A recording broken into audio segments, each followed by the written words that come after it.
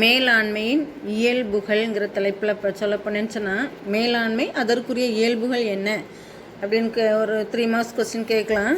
இந்த மேலாண்மையினுடைய இயல்புகளை நம்ம இன்னும் எப்படிலாம் சொல்லலாம்னு சொன்னால், பண்புகள் யாவை அல்லது குணாதிசயங்கள் யாவைன்னு சொல்லி கொடுக்கலாம். அப்போ ஒரு மேலாண்மையினுடைய இயல்புகள்னு சொல்லும்போது, அந்த இயல்புகளுடைய மறுபெயர் குணாதிசயங்கள் அல்லது பண்புகள் என அழைக்கப்படுகின்றன. அப்போ இந்த இயல்புகள் அப்படின்னா தன்மைகள்னு சொல்லி கூட நம்ம என்ன சொல்லலாம். மேலாண்மை ஓர் தொடர்ச்சியான செயல்முறைங்கிறத நம்ம முதல்ல தெரிஞ்சுக்கணும். மேலாண்மை ஓர் தொடர்ச்சியான செயல்முறை. ஏன் தொடர்ச்சியான செயல்முறை அப்படின்னு சொல்கிறோன்னா, இப்போ எடுத்துக்காட்டால் ஒன்று நீ எடுத்துக்க, உன்னுடைய ஒரு எக்ஸாம், நீ ஒரு முதல்ல நீ ஸ்கூல் 12th என்ட்ரு ஆகிற. நம்ம 12th பாடம் படித்த உடனே ஃபஸ்ட் லெசன் படிக்கிறோம். இந்த ஃபஸ்ட் லெசன் ஃபஸ்ட்டில் நீ எதற்காக படிப்பேன்? ஒரு ஜூன் மந்த்லி டெஸ்ட்டுக்காக படிப்பா. அடுத்து அது மிட் டேர்முக்காண்டி படிக்கிறோம். அதனால நம்ம படிச்சுட்டு அதை என்ன செய்யப்படலை, விடுறதில்லை. காரணம், மீண்டும் மீண்டும் அதை திரும்ப அதை கோட்டையில் எழுதுகிறோம், ஆஃபேலே பண்ணுறோம், திரும்ப ஆனுவல் வர அதை ரொட்டீனாக நம்ம எக்ஸாமினேஷன் பாயிண்ட் ஆஃப் வியூவில் நம்ம என்ன செஞ்சுட்டே இருக்கிறோம், ப்ரிப்பேர் பண்ணிகிட்டே இருக்கிறோம். ஏன்? தொடர்ச்சியான செயல்முறை. தொடர்ந்து அதை நம்ம ரீட் பண்ணிட்டு இருந்தால் தான் நம்மளால் ஆனுவல் எக்ஸாம் ஃபேஸ் பண்ண முடியும் தொடர்ச்சியாக. அதே போல் ஒரு நிறுவனத்தை எடுத்துக்கணும். ஒரு நிறுவனத்தினுடைய உரிமையாளர் நல்ல ஒரு பெரிய கம்பெனி தொடங்கிடுறாங்க. தொடங்கி எல்லாம் ஆரம்பித்து விட்டாச்சு இல்லையா? எல்லா தொழிலையும் பணியாளர்கள் அமர்த்தியாச்சு, கச்சா பொருளை வாங்கி கொடுத்தாச்சு, இயந்திரங்கள் வாங்கி கொடுத்தாச்சு. அது பாட்டுக்கு வேலை நடக்கும்னு சொல்லிட்டு கண்டுக்காமல் இருந்தேன்னு சொன்னால் எல்லா பணிகளும் சரியான முறையில் என்ன செய்யாமல் இருக்கும், நடைபெறாமல் போகலாம். இதனால் ஒரு வியாபார நிறுவனம் நஷ்டத்தன்மையை அடையக்கூடிய ஒரு சூழ்நிலைகள் உருவாகலாம். அப்போ அந்த மேலாளர் எப்பொழுதும் தன்னுடைய நிறுவனத்தினுடைய மேலாண்மை பணிகள் சரியாக நடைபெறுகின்றனவா என்பதை கண்காணித்து கொண்டே இருக்க வேண்டும். தொடர்ச்சியாக அதை நடைபெற்று கொண்டே இருக்க வேண்டும். அதான் தொடர்ச்சியான ஒரு நடைமுறை. இப்போ சொன்னோம் ஃபஸ்ட்டில் மனிதவளம் தேவைன்னு சொல்கிறோம். அந்த மனிதவளம் ஒரு 10 பேர் வேலை பார்க்குற இடத்துல ஒரு நாள் ஒரு 3 பேர் வேலைக்கு வரல, அப்சென்ட் ஆகிறாங்க. அந்த பணி என்ன செஞ்சிடும், தடைபட்டுரும். அப்போ அந்த மனித வளம் தடைபடாமல் நம்ம என்ன செஞ்சுருக்கணும், தொடர்ந்து பார்க்கணும். அதுக்கு தேவையான இயந்திரங்கள் ரிப்பேர் ஆகிட்டு, இயந்திரங்கள் ரிப்பேர் ஆகினா என்ன செய்ய முடியாது, வேலை பார்க்க முடியாது. கச்சா பொருள் காலி ஆகிட்டு, இல்லாமல் போகக்கூடிய சூழ்நிலையில் பணிகள் என்ன செய்யலாம், தடைபடலாம். வேறு பல்வேறு காரணங்களால அந்த குறிக்கோள் அடைய முடியாமல் அது என்ன சொன்னால் ஒரு பெரிய இழப்பிற்குள் ஆளாகலாம். இந்த மாதிரி சூழ்நிலையில் தொடங்கி விட்டதோடு ஒரு மேலாண்மை பணி அதனுடைய நிறைவேற்ற முடியாது. தொடர்ச்சியாக அதன் செயல்பாடுகள் தொடர்ச்சி அந்த நிறுவனம் ஒன்று இயங்கும் வரை அந்த மேலாண்மை பணியும் தொடர்ந்து செயலாற்றி கொண்டே இருக்கப்பட வேண்டும் என்பது முதல் இயல்பு. அப்போ ஃபஸ்ட் பாயிண்ட் ஷார்ட்டாக சொல்ல போனேன்னா எப்படி சொல்லலான்னு சொன்னால், மேலாண்மை ஓர் தொடர்ச்சியான செயல்முறை. மேலாண்மை ஓர் தொடர்ச்சியான செயல்முறை. அடுத்து ரெண்டாவது நம்ம என்ன எடுத்துக்கலன்னு சொன்னால், அந்த மேலாண்மை எப்படி தான் நம்ம நிறைவேற்றப்படுகிறதுனா, ஒரு பணியாளர்கள் அல்லது மற்றவர்களை கொண்டு என்ன செய்கிறோம்னு சொன்னால் பணியானது செய்து முடிக்கப்படுகிறது. எனவே மற்றவர்களை கொண்டு வேலைகளை செய்து வாங்கக்கூடிய கலை. மேலாண்மை என்பது மற்றவர்களை கொண்டு அப்படின்னு சொல்லும்போது பிற பணியாளர்களிடமிருந்து நாம் என்ன செய்கிறோம், வேலைகளை செய்து வாங்குகின்றோம். நிறுவனத்தினுடைய உரிமையாளர் முதல் போட்டிருக்கலாம், இயந்திரங்கள் வாங்கியிருக்கலாம், தளவாடங்கள் எல்லாம் செட்டப் பண்ணி கொடுத்துருக்கலாம். ஆனாலும் யார் தான் அந்த பணியினை நிறைவேற்ற முடியும்? எத்தனை இயந்திரங்கள் பயன்படுத்தினாலும் இயந்திரங்களை இயக்குவிப்பதற்காக பணியாளர்கள் பணியில் அமர்த்தப்படுகின்றனர். எனவே இந்த பணியாளர்கள் உழைக்க வேண்டும். இந்த உழைப்பை நாம் என்ன செய்யணும்னா பெற வேண்டும். இந்த முழு ஒட்டுமொத்த உழைப்பை பெறுவதற்காக பிற நபர்களிடமிருந்து வேலைகளை செய்து வாங்கும் கலைதான் மேலாண்மை. பிற நபர்களிடமிருந்து வேலைகளை செய்து வாங்கும் கலையே மேலாண்மை. எனவே ரெண்டாவது நம்ம சொன்னோம், மேலாண்மை என்பது ஃபஸ்ட் பாயிண்ட் தொடர்ச்சியான நடைமுறை, தொடர்ந்து அது செயல்பட்டு கொண்டே இருக்கப்பட வேண்டும். ரெண்டாவது, பிற நபரிடமிருந்து வேலைகளை செய்து வாங்கக்கூடிய தன்மையை பெற்றிருக்க வேண்டும். மூன்றாவதாக நம்ம சொல்ல போனேன்னு சொன்னால், ஒரு குழுமமாக செய்து முடிக்கப்பட வேண்டிய ஒரு விஷயம். அதாவது ஒரு கம்பெனி எந்த ஒரு தொழிலாக இருந்தாலும், ஒரு தனிநபர் வாணிபமாக இருந்தாலும் தான் மட்டும் செயலாற்றும் பொழுது, தான் மட்டும் முடிவுகள் எடுக்கும் பொழுது அது சிறந்த வெற்றியை நமக்கு தராது.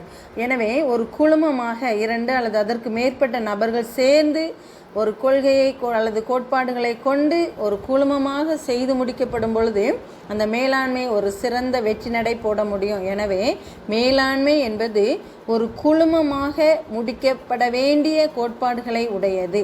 ஃபர்ஸ்ட் பாயிண்ட் தொடர்ச்சியான செயல்முறை கொண்டது. ரெண்டாவது பிற நபர்களிடமிருந்து வேலைகளை செய்து வாங்கக்கூடிய தன்மை கொண்டது. மூன்றாவது குழுமமாக செய்து முடிக்கப்பட வேண்டிய கோட்பாடுகளை உடையது.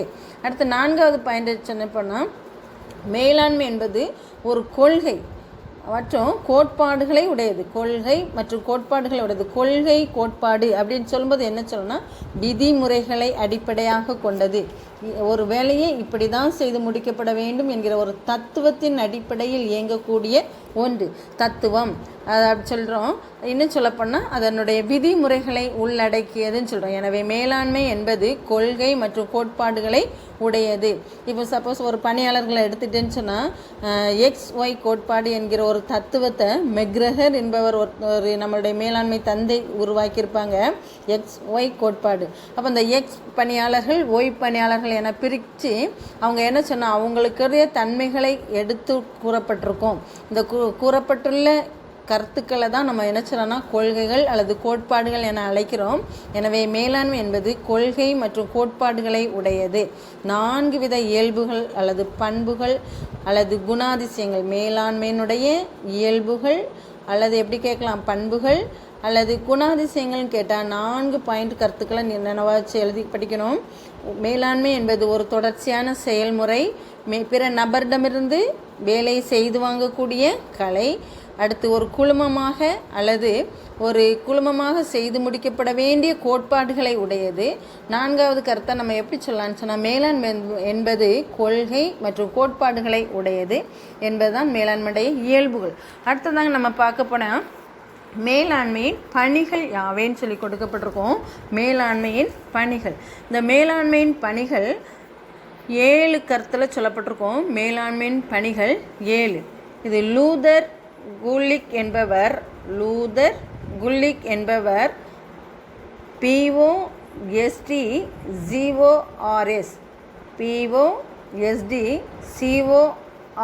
என்ற ஷார்ட்டாக ஒரு குறிப்பு அது என்ன சொன்னால் இங்கிலீஷ் கொட்டேஷன் வேர்டுக்குள்ளே கொடுக்கப்பட்டிருக்கோம். இதுக்கு காரணம் என்ன, ஏன் அதனுடைய விரிவாக்கம் என்ன அப்படின்னு சொல்லும்போது P ஃபார் பிளானிங். Pனா பிளானிங். பிளானினுடைய தமிழ் வேர்டு என்ன சொல்லுவோம், திட்டமிடுதல்னு சொல்லுவோம் இல்லையா. அப்போ மேலாண்மையின் பணிகளை அவர் எப்படி ஷார்ட்டாக சொல்லன்னு சொன்னால் POSD லூதர் குலிக் என்பவர் மேலாண்மை பணிகளை சொல்கிறாரு. பிளானிங், P ஃபார் பிளானிங் திட்டமிடுதல், O ஃபார் ஆர்கனைசிங் ஏற்பாடு செய்தல், S ஃபார் ஸ்டாஃபிங் பணி அமர்த்தல், D ஃபார் டைரக்டிங் இயக்குதல், C ஃபார் கோஆர்டினேட்டிங் ஒருங்கிணைத்தல், R ஃபார் ரிப்போர்ட்டிங் அறிக்கை அளித்தல், B ஃபார் பட்ஜெட்டிங் பட்ஜெட் தயாரித்தல்.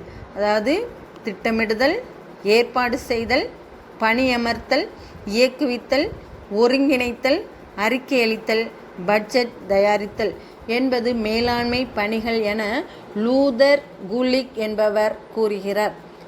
அப்போது நமக்கு தெரியும் திட்டமிடுதல் அப்படின்னு சொல்லும்போது எதை, எங்கே, எப்போது, யாரால், எப்படி செய்யப்பட வேண்டும் என்று முன்கூட்டியே தீர்மானித்தல் திட்டமிடுதல் என அழைக்கப்படுகிறது. ஏற்பாடு செய்தல் அப்படின்னு சொல்லும்போது நாம் என்ன பணியை எப்படி செய்யப்பட போகிறோம், எங்கே செய்ய போகிறோம்னு சொல்லிட்டு நம்ம பண்ணியிருக்கிற பிளான் திட்டமிட்டதை நிறைவேற்றுவதற்கான வழிமுறைகளை செய்து கொடுத்தல். அவர் அந்த வழிமுறைகள் செய்து கொடுப்பதற்கு பின்னர் அந்த வழிமுறைகளின்படி செய்து முடிக்கப்பட வேண்டும் என்பதற்காக பணியாளர்கள் அமர்த்தப்படுகின்றனர். பணியில் அமர்த்தப்படக்கூடிய ஒரு சூழ்நிலை உருவாக்கப்பட வேண்டும். இதை பணியமர்த்தல்னு சொல்கிறோம்.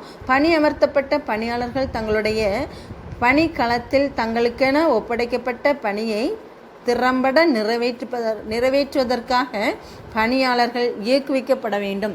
அவ்வாறு இயக்குவிப்பதற்காக அந்த பணியாளர்களை நாம் தெம்பூட்டலாம், அதாவது ஊக்குவிக்கலாம். அவர்களுக்கு போனஸ் கொடுக்கலாம், சிறப்பு ஊதியம், கௌரவப்படுத்தல் போன்ற பல்வேறு ஊதியங்கள் அளிப்பதன் மூலம் பணியாளர்கள் சிறந்த முறையில் பணியாற்றுவதற்காக இயக்குவிக்கப்பட வேண்டும். அடுத்து ஒருங்கிணைத்தல். நிறுவனத்தினுடைய துறைகள் பல்வேறு துறைகளாக பிரிக்கப்படலாம். எப்போ துறைகளாக பிரிப்பாங்கன்னு சொல்லும்போது ஒரு பெரிய நிறுவனமாக செயலாற்றும் போது பல்வேறு விதமான பணிகள் இருக்கும். இந்த பல்வேறு விதமான பணிகளை சின்ன சின்ன கூறுகளாக சிறு சிறு கூறுகளாக பிரித்து அவங்க என்ன செய்யணும், ஒவ்வொரு குறிப்பிட்ட பணியாளரிடம் ஒப்படைக்கப்படும், துறை மேலாளர்களிடம் ஒப்படைக்கப்படும். இப்போ சப்போஸ் சொல்ல போனேன்னு சொன்னால் உற்பத்தி துறை, கொள்முதல் துறை, விற்பனை துறை, கணக்கெழுத்து துறை, இப்படி பல்வேறு துறைகளாக இப்போ ஒவ்வொரு துறையும் தனித்தனியாக செயல்பட்டாலும் அவை அனைத்தும் ஒன்றிணைந்து, அதாவது ஒருங்கிணைந்து செயல்படும் போது தான் நிறுவனத்தினுடைய நோக்கை அடைய முடியும். எனவே அத்தனை துறைகளையும் ஒருங்கிணைக்கக்கூடிய பணி மேலாண்மை பணிகளில் ஒன்று. அவர் அத்தனை பணிகளை நிறைவேற்றிய பின்பு அனைத்து துறைகளும் எத்தனை விதமான அல்லது எந்த அளவுக்கு தங்களுடைய பணியை சிறப்பாக செய்து முடித்திருக்கிறாங்க என்பதற்கான ஒரு அறிக்கை ஒவ்வொரு துறையிடமிருந்தும் நாம் நினைச்சோன்னா அளிக்கப்பட வேண்டும். அறிக்கை அளித்தல் வேண்டும். ஒவ்வொரு துறையும் தாங்கள் பணியாற்றிய பணியினுடைய தன்மைகளை குறித்த முழு விவரங்களை அறிக்கைகளாக சமர்ப்பிக்க வேண்டும். அவர் சமர்ப்பிப்பதன்படி ஒவ்வொரு துறையிடமிருந்து பெறப்பட்ட அறிக்கைகளின் அடிப்படையில் அந்த நிறுவனம் ஒட்டுமொத்தமாக எத்தனை விதமான பணிகளை செய்யப்பட்டுள்ளது, நிறுவனத்தினுடைய திட்டமிடுதல் என்ன, அவங்களுடைய நோக்கம் எந்த அளவிற்கு அடைந்துள்ளன, நோக்கம் அடைந்த அளவு நோக்கத்தை சிறந்த முறையில் வெற்றி அடைந்திருக்காங்களா அல்லது அதில் குறைபாடுகள் ஏதேனும் இருக்கா என்பதனை அறிந்து கொள்வதற்காக அந்த பட்ஜெட் தயாரிக்கிறாங்க. பட்ஜெட் தயாரிப்பதன் மூலம் அந்த நிறுவனத்தினுடைய ஒட்டுமொத்த செலவுகளும் நமக்கு தெரியும், அந்த நிறுவனத்தினுடைய வருமானங்களும் தெரியும். இந்த குறைகளை களைவதற்கான வழிமுறைகளை வருங்காலத்தில் சரி செய்வதற்காக அந்த அறிக்கைகள் மூலமாக பட்ஜெட் தயாரிப்பதன் மூலமாக அந்த மேலாண்மை பணிகள் சீரிய முறையில் நிறைவேற்றப்படுகின்றன. எனவே மேலாண்மை பணிகளை திறம்பட நிறைவேற்றுவதற்காக ஒரு குறிப்பிட்ட பணியாளரை பணியில் அமர்த்துறாங்க. அவர் தான் யாருன்னு சொன்னால் மேலாளர் என அழைக்கப்படுகிறார். அப்போ அந்த நிறுவனத்தினுடைய மேலாளர் என்பவரை சுருக்கமாக நமக்கு புரிகிற மொழியில் சொல்லலாம், ஒரு நிறுவனத்தின் மேலாண்மை பணிகளை செய்யக்கூடிய நபர் மேலாளர் என அழைக்கப்படுகிறார். ஒரு நிறுவனத்தினுடைய மேலாண்மை பணிகளை செய்யக்கூடிய நபர் மேலாளர் என அழைக்கப்படுகிறார். மேலாண்மை பணிகள் திட்டமிடுதல், ஏற்பாடு செய்தல், பணியமர்த்தல், இயக்குவித்தல், ஒருங்கிணைத்தல், அறிக்கை அளித்தல், பட்ஜெட் தயாரித்தல், இத்தனை பணிகளையும் ஒரு சேர செய்யக்கூடிய நபர் ஒரு சேர செய்யக்கூடிய நபர்களை மேற்பார்வையிடக்கூடிய நபர் மேலாளர் என அழைக்கப்படுகிறார். இந்த மேற்பார்வையிடக்கூடிய நபர் அவருடைய முக்கியமான பணி நோக்கங்கள் நிறைவேற்ற நிறுவன பணியாளர்களை ஒருங்கிணைத்து நிர்வாகம் செய்யக்கூடிய நபர். நல்லா புரிஞ்சுக்கங்க.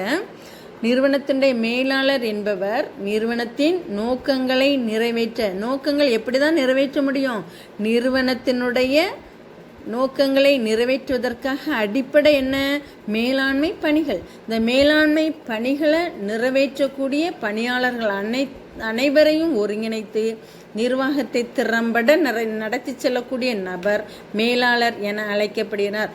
எனவே அந்த மேலாளர் ஆக்கப்பூர்வமான அத்தனை மேலாண்மை பணிகளை செய்யக்கூடிய நபர் நிறுவனத்தினுடைய மேலாளர். ஒரு நிறுவனத்தினுடைய மேலாளருடைய தன்மை பொறுத்து நிறுவனத்தினுடைய குறிக்கோள் லாபகரமாக அந்த நிறுவனத்தினுடைய நோக்கத்தை எளிதாக எட்ட முடியும். எனவே மேலாண்மை எவ்வாறு ஒரு நபரிடமிருந்து வேலை செய்து வாங்குகிறோமோ அது மேலாளர் என ஒரு நிறுவனத்தினுடைய பணியினை எவ்வாறு பிற நபரிடமிருந்து எவ்வாறு செய்து வாங்குகிறோம் என்பது மேலாண்மை. அவர் செய்து வாங்கக்கூடிய திறமையை பெற்ற நபர் மேலாளர். வேலையை செய்து வாங்கக்கூடிய பணி மேலாண்மை, அந்த பணியை நிறைவேற்ற வைப்பவர் மேலாளர் என அழைக்கப்படுகிறார்.